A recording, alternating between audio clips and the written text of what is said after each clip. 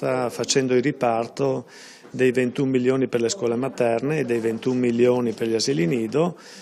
che consentirebbe alle scuole materne e agli asili nido di ricevere i soldi e quindi di proseguire normalmente l'attività che rischia molto, perché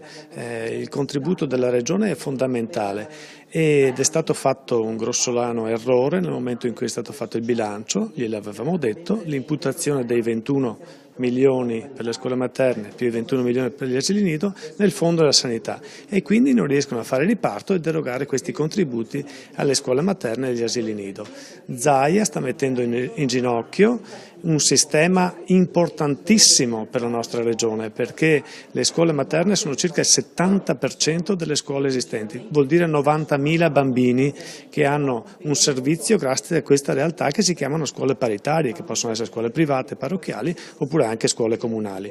Ecco, è assurdo poi vedere che da una parte Zaia si lamenta con lo Stato perché non eroga i fondi sufficienti e nel 2014 Zaia non stanzia assolutamente nulla in questo modo. Fra altre cose, le scuole materne stanno aspettando ancora il 25% del contributo del 2013. Sinigaglia, a ottobre l'anno scolastico è cominciato da un po', c'è tempo per rimediare?